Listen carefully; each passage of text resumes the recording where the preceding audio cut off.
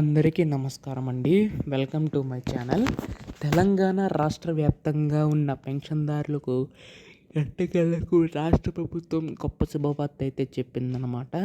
So మనకి ఈ యొక్క ఆసరా చేయూత పెన్షన్ సంబంధించి గాను నిధులు అనేవైతే విడుదల చేయబోతుందండి.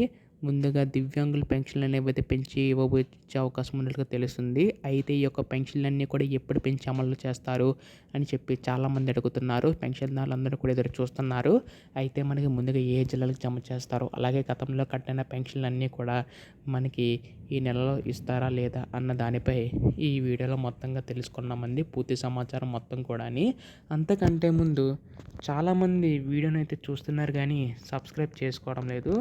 మీరు కనుక సబ్స్క్రైబ్ చేసుకుంటే నేను పెట్టే ప్రతి చిన్న లేటెస్ట్ అప్డేట్ కూడా మీరు ఎప్పటికప్పుడు మిస్ కాకుండా తెలుసుకోగలుగుతారండి.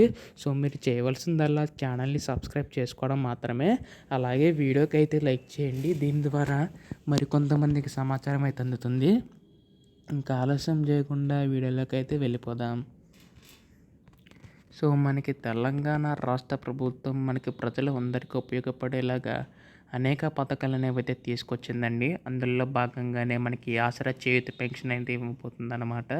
సో ఇప్పటికే మనకి 2000 రూపాయలు అంటే మనకి వృద్ధులు వితంతులు 2000 రూపాయలు పొందిన వారు మనకి ఈసారి 4000 రూపాయలు, అలాగే దివ్యాంగుల పెన్షన్ మనకి 4000 రూపాయలు పొందిన వారికి 6000 రూపాయల చొప్పున అందించబోతుందన్నమాట రాష్ట్ర ప్రభుత్వం. అయితే ఇది ఒక గొప్ప శుభవార్త అని చెప్పాలి. దీనివల్ల మనకి పెద్ద మొత్తంలో నిధులు అనేవి అయితే కేటాయించబోతుందన్నమాట.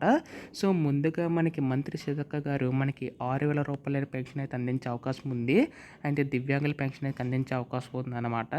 సో దీనికి సంబంధించి గాను మనకి రాష్ట్ర ప్రభుత్వం అయితే ఈ యొక్క నిధులు అనేవి అయితే కేటాయించబోతుందండి.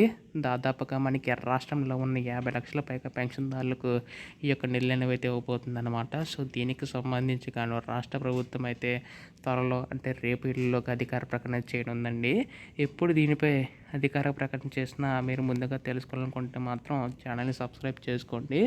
ధన్యవాదములు. జై హింద్.